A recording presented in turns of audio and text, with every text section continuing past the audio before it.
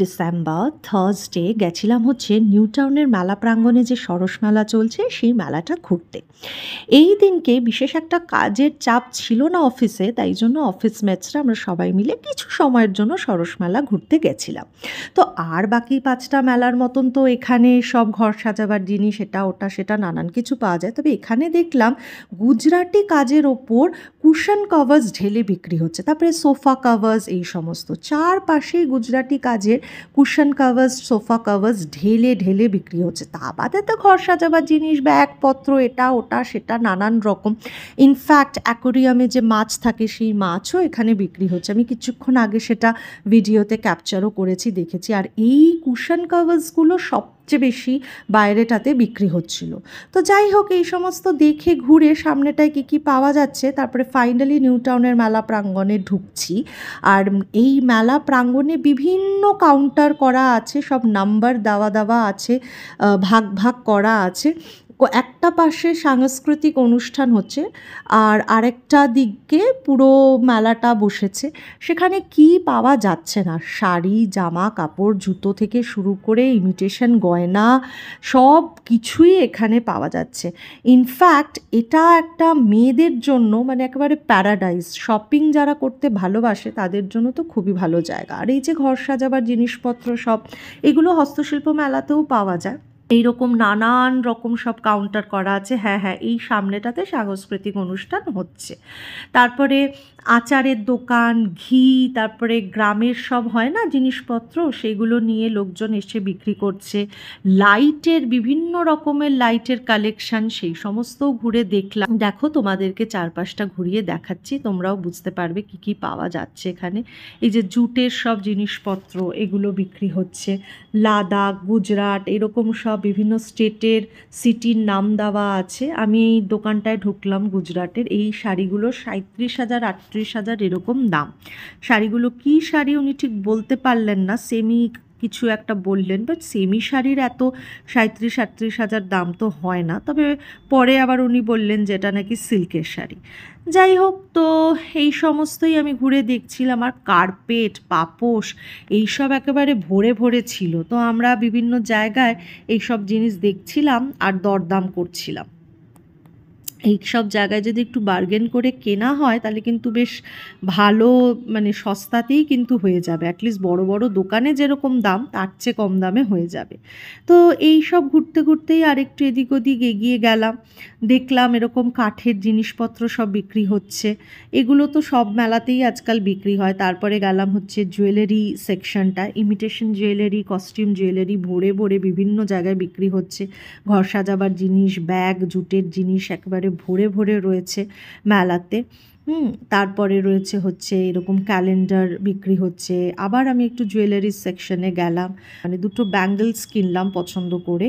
আর এই যে দেখো এরকম শ্যুজও বিক্রি হচ্ছে চারপাশে। আর মানে কি বিক্রি হচ্ছে না, ওখানে সব কিছু বিক্রি হচ্ছে। তো যারা ইন্টারেস্টেড তারা 2 জানুয়ারি অবধি মেলাটা চলছে, তো গিয়ে একবার দেখে আসতে পারো। 2 জানুয়ারি পড়ছে হচ্ছে টিউসডে, তো টিউসডে অবধি তোমরা যদি চাও গিয়ে মেলাটা দেখতে পারো। এই যে দেখো কেরালা কাউন্টার, মানে কেরালার জিনিসপত্র এখানে, কেরালার সব ফেমাস জিনিস বিক্রি হচ্ছে। এরকম নর্থ 24 পারগানাস আছে, বিভিন্ন জেলা, রাজ্য, শহর, এরকম ভাগ ভাগ করে করে জিনিসপত্র বিক্রি হচ্ছে। যে ওড়িশা, ছত্তিশগড়, যেখানকার যেটা স্পেশাল আইটেম সেটা সেই কাউন্টারে পাওয়া যাচ্ছে। না উপরে সেই সিটি বা স্টেট বা রাজ্য, জেলা যাই হোক সেটা মেনশন করা আছে।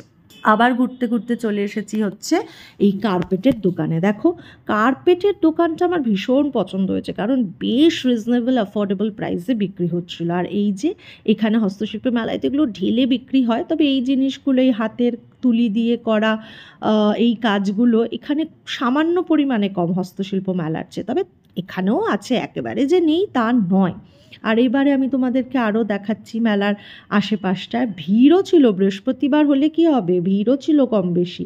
আর সন্ধেবেলা হয়ে গেছিলো আমাদের ঘুরতে ঘুরতে, তো তখন তো আরও। আর এই যে দেখো জুতো দেখাচ্ছি, জুতোগুলো আমি দর করলাম, 350 টাকা একটা পেয়ার বলছিল, যেটা আমার একটু বেশি মনে হলো।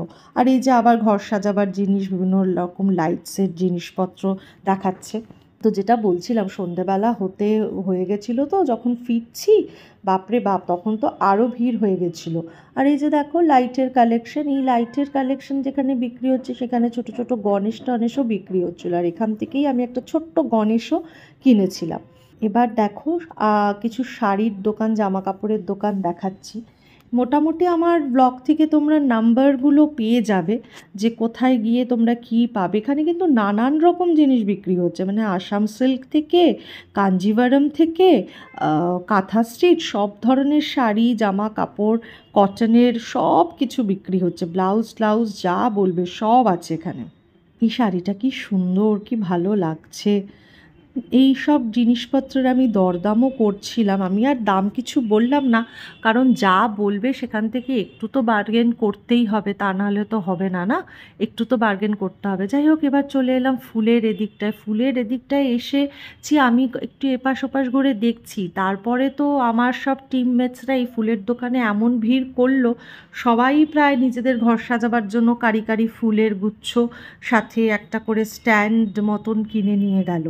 আর এই যে দেখো, আমি আবার এসছি ধূপ দেখতে। এই দিদি আর কি বসেছিলেন হস্তশিল্প মেলায়, এনার থেকে আমি নিয়েছিলাম। তো এই যে আমার টিমমেটসরা ফাইনালি কিছু কিছু শপিং করে করে এসছে ফুলের দোকানের কাছে। আর দেখো এখানে আবার পাপোশ আর কার্পেট এইসব দামাদামি চলছে। এদিকেও জুয়েলারি সেকশানে এদিক ওদিক সব আমার টিমমেটসরা ছড়িয়ে আছে, যে যেখানে পারছে, যে দোকানে পারছে ঢুকে যাচ্ছে আর দাম দরাদরি করছে।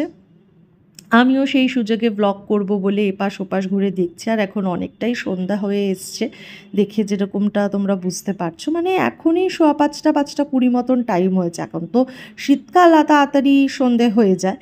তো এই আমি আশপাশটা ঘুরে ঘুরে দেখছি। এইবারে ফাইনালি আমি বেরোচ্ছি। বেরোনোর আগে দেখে নিলাম সাংস্কৃতিক অনুষ্ঠান চলছে, একটি বাচ্চা মেয়ে নাচ করছে, এই যে তাকে দেখা যাচ্ছে। এবার এগিয়ে যাব আমরা সবাই মিলে ফুড কাউন্টার, যেটা ফুড স্টল যেখানে বসেছে, ঠিক মেলাটা যেখানে হচ্ছে তার পাশে আলাদা করে একটা সেগমেন্ট করে রেখেছে ফুডের, আর এইখানেই নানান রকমের খাবার দাবার বিক্রি হচ্ছে।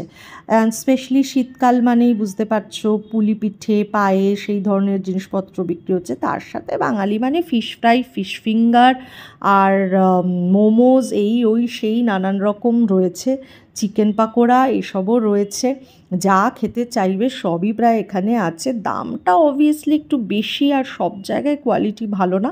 তবে একটা কচুরি তরকারি খেয়েছিলাম, সেই কচুরি তরকারির কোয়ালিটিটা কিন্তু বেশ ভালো। আমি একটু তোমাদের ঘুরিয়ে দেখিয়ে দিচ্ছি যে কোথায় কি বসেছে বা কীরকম কী ব্যবস্থা ছিল। যাই হোক, আমি এবার আমার ভিডিওটা এন্ড করে দিচ্ছি। হোপফুলি তোমাদের আমার এই ভিডিও ভালো লেগেছে। আপাততর জন্য টাটা।